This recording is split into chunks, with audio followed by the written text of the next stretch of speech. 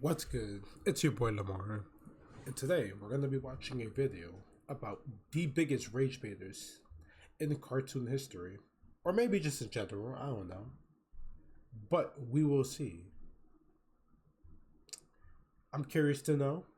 I already have a couple in mind, but let's let the video speak for itself. The biggest rage baiters of all time. Okay, this video just had to be done. You guys really seem to like the last video, so I figured I had to run it back. Now, rage bait is an art form, okay? It's done to pretty much just make anybody as mad as possible. There's many methods to the madness. Some people might just instigate to rage bait, or some people might go about the method of being dumb on purpose, like Patrick, for example. Or sometimes people are just really, really annoying to the point where, at this point, they gotta be rage baited. Because there's absolutely no way somebody could be this annoying. All right, anyway, so let's start off with Gumball. Okay, Gumball had to be... What the fuck? All right, I'm just gonna ignore that. But anyways, Gumball was always trying to annoy everybody. I don't know what it was, but he spent one episode trying to annoy Alan so much to the point where Alan just breaks and gets mad at him. Like, this dude dead ass wanted to ruin his life just so Alan would get mad at him. This is the status update he put on his Elmore Plus. God. I remember that one episode when he was talking to that glitch. Yo, I'm not even gonna lie to you. Oh my god, that episode was funny, bro. he was getting shaken. He was like,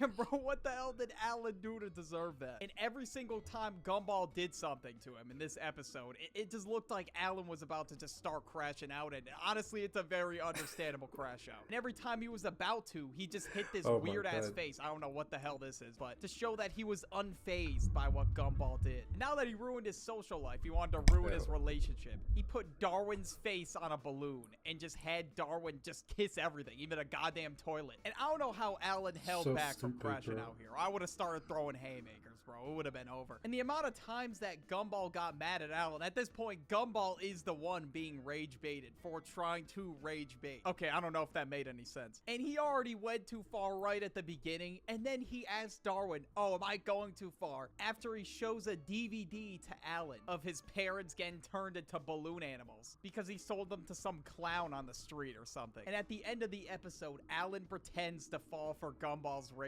bait, and Gumball walks away thinking that he finally was able to rage bait Alan. And I mean, it really was 1 out of 10 rage bait. All he did was just wipe his feet across the floor so they would squeak on the floor. You know, that wasn't really top tier rage bait, but the one time he did successfully rage bait somebody was his arch nemesis by the name of Rob. Now, Gumball forgot Rob even existed. He left Rob in the void. He didn't even know what Rob's name was in one episode, so that's why Rob hates him. And in the episode called The Nemesis, Rob stopped hating him. His new nemesis was now Banana Joe. And the way he decided to get Rob to come back and be his nemesis was to rage bait him. Rob was setting up like these goofy ass, oldest trick in the book ass traps the entire episode. And Gumball just goes up to him and just starts distracting him every single time he's about to get Banana Joe to fall for his trap or whatever. And somehow Gumball just fucks it up for him every time. And I don't even know if he was intentionally rage baiting here. I think he was just being him, but regardless, it's fucking hilarious. But this dude Rob got so mad at him that he just grabs him and just starts shaking him around by the neck. But I guess that was Gumball's goal the whole time.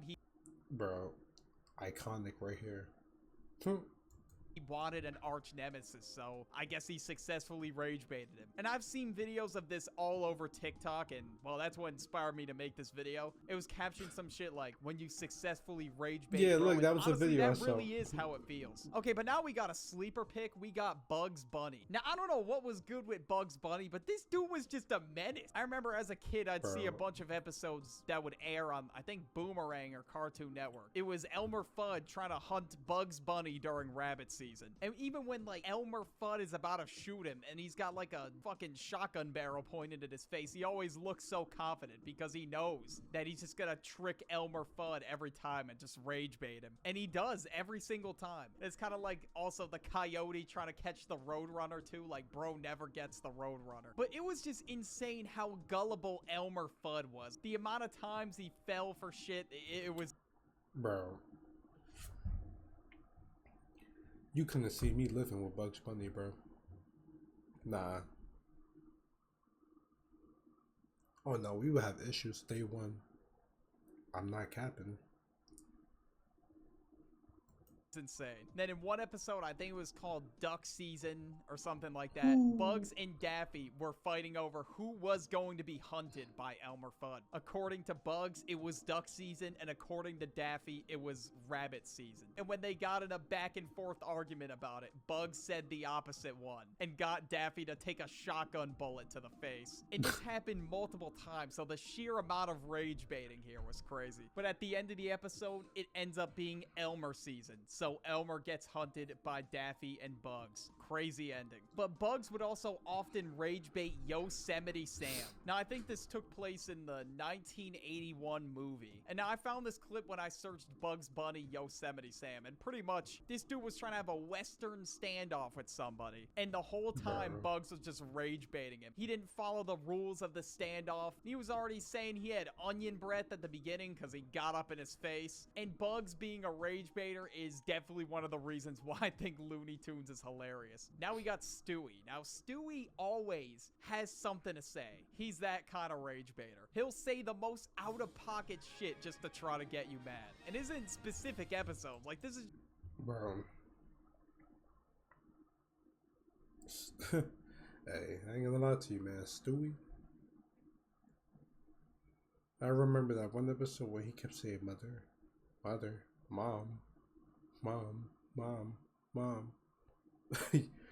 Just who he is. He just followed some random fat guy with a tuba. And Chris as well. I don't know why he's like this, but this is the type of funny ass shit you'll see him doing. In a lot of the episodes, to be honest. And literally every episode, he's making wise ass remarks to get everyone mad. Or like probably the most iconic example I could think of was where he was like, Mum, Mum, Mummy, like for 2 minutes straight.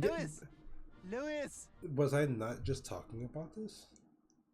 He's like, Lois, mom, mom, mom. Louis! Mom! Mom! Mom! Mommy! Mommy! Mommy! Mama! Trying to get Lois's attention. And then when she finally said what, he just said hi and then just ran away. Like at this point, he just does it for the love of the game. And Stewie definitely takes it too far sometimes, for sure. Like he just says like the most ruthless shit of all time without even giving a second thought about it. Okay, we have to talk about Mordecai and Rigby. I've talked about them in a lot of videos at this point, but I mean, they just fit the qualities for a lot of these characters. And when it comes to rage baiting, okay, there's no stopping them. In the episode Lunch Break, Mordecai and Rigby order this super sub sandwich that's like $80. God. It was like a 8-foot long sub or something like that. And Benson's reaction when they open the trunk is just priceless. But Benson, of course, is pissed off because he spent $85 on this goddamn sandwich that they're probably not even gonna eat all of it. So he said, if you don't eat all this by the end of the day, you are both fired. So they somehow plate cleaned the sandwich by the end of the episode. And honestly, you know what? Yeah, they did kind of deserve that. And in the episode, The Prank Callers, Mordecai and Rigby made this prank call on Benson. And honestly, this is one of the funniest episodes in Bro, Loki. Yo, Benson was Loki a good boss. I can't lie. He just has some shitty workers, that's all. Like, come on, imagine waking up every day and seeing Mordecai and Rigby right next to you. Hey, I'll crash out too, knowing that I need these workers and I can't hire anybody else.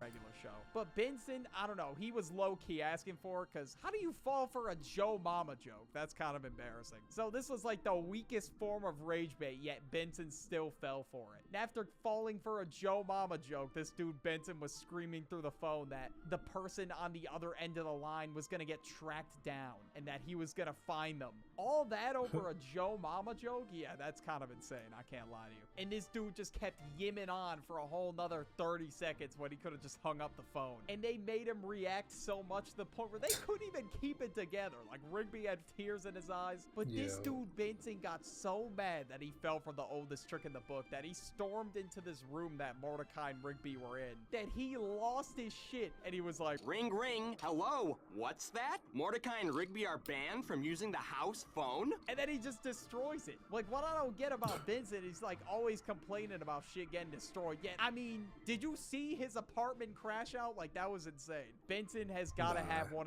I ain't gonna lie to you, my boy Benson, bro. It. Like, what I don't get about Benson, he's like always complaining about shit getting destroyed. Yet, I mean, did you see his apartment crash out? Like, that was insane.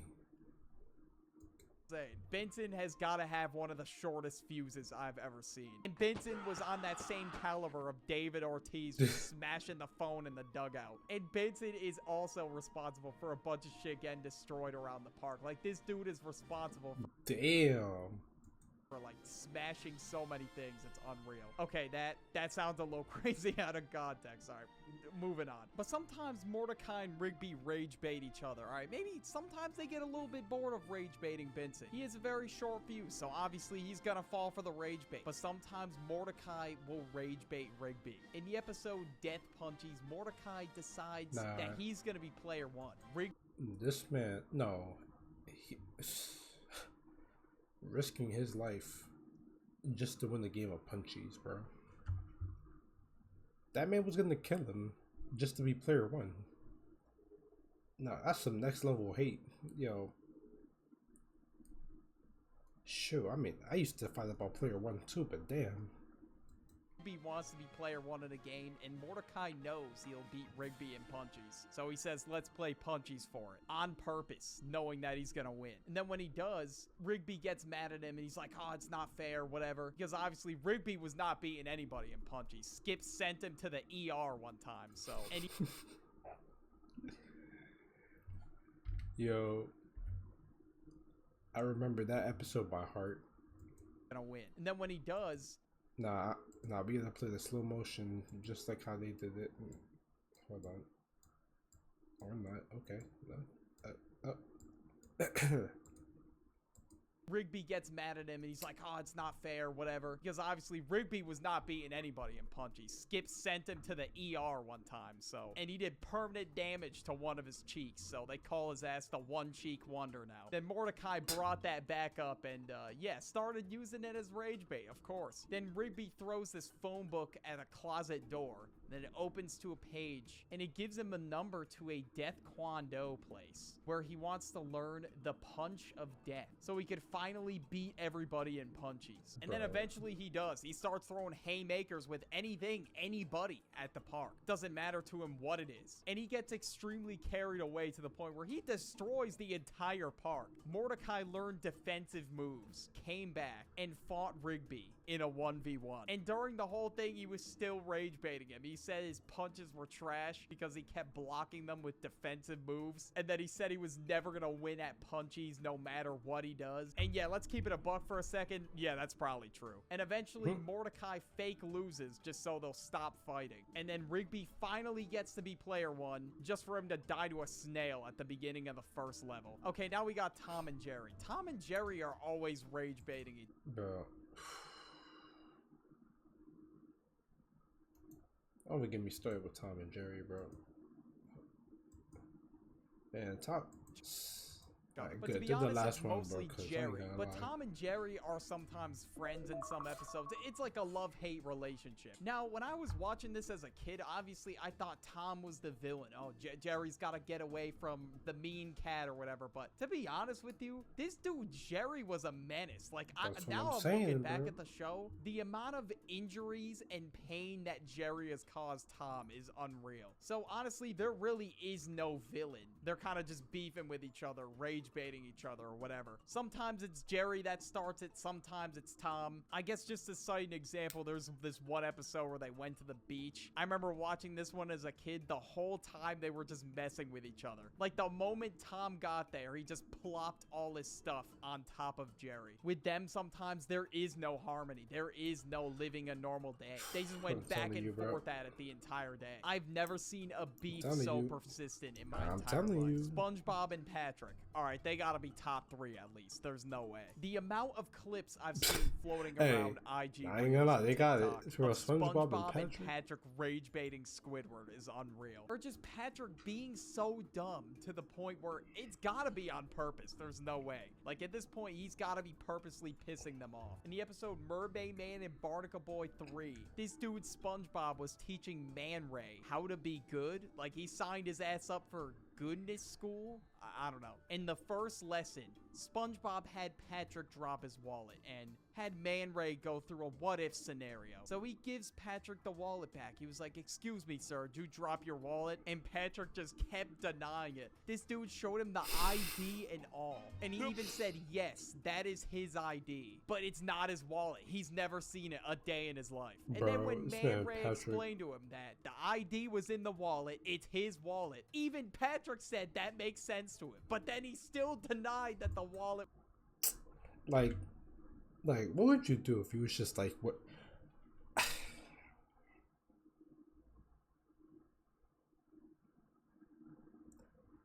I wouldn't last no more than 2 days. No more than 2 days. Wallet. Even like Patrick said that makes sense to him. But then he still... Like, look at this, bro. He's like, oh no, that's not my wallet. I don't know, maybe you should check someone else. Like, come on, bro.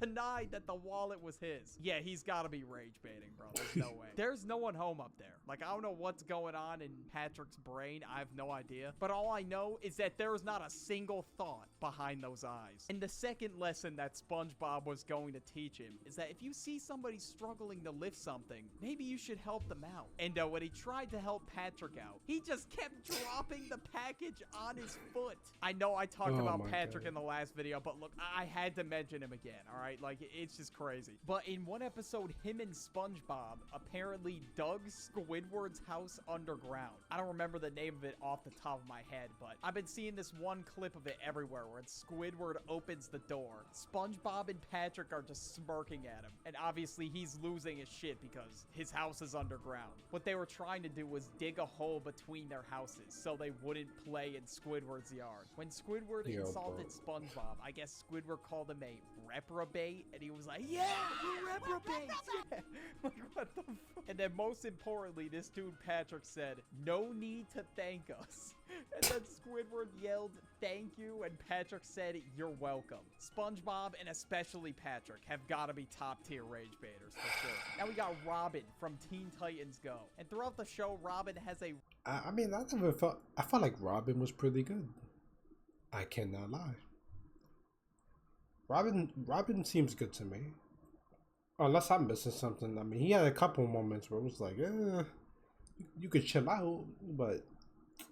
rival called Kid Flash. And now Robin wanted to beat him in a foot race. And when they lined up for a foot race, this dude Robin hit him in the knee with a staff, hey, and he got me there. Ran to the finish line. And in the episode Sour Grapes, this dude was rubbing it in the entire episode. Even though, okay, yeah, he obviously cheated. And I guess he said that he was enjoying the sour grapes that he bought. I guess that's just a metaphor for being salty. I don't know. And then this dude made a whole song about it. Like, I don't know why the hell he made a song, but for the entire... Hey, it was a banger, though. I can't even lie.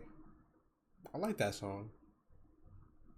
Episode, Robin just desperately wants to beat Kid Flash in this, I don't know, crime season or whatever the hell it is. But 9 times out of 10, I feel like they are not fighting crime, which is kind of crazy. And at this point, he's just rage baiting him just to cope with the fact that he cheated. Because any other time,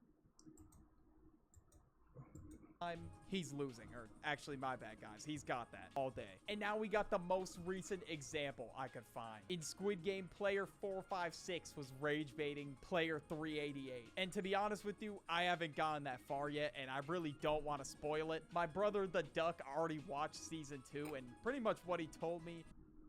But I've been seeing this clip on TikTok, and, you know, I thought I'd have to include it, because the entire episode, 456 was rage baiting him. Literally just by staring at him menacingly whenever he could. But yeah, if you guys enjoyed this video, you'll like this video right here about the biggest bums in cartoons. Man. Just click on it. Do it. What are you waiting for? Well, hope y'all enjoyed the video. give it a like if you want. I ain't forcing you, but I would like to like and subscribe. I would definitely, you know what I'm saying? You could subscribe a little bit, you know what I'm saying? Tell your friends, you know.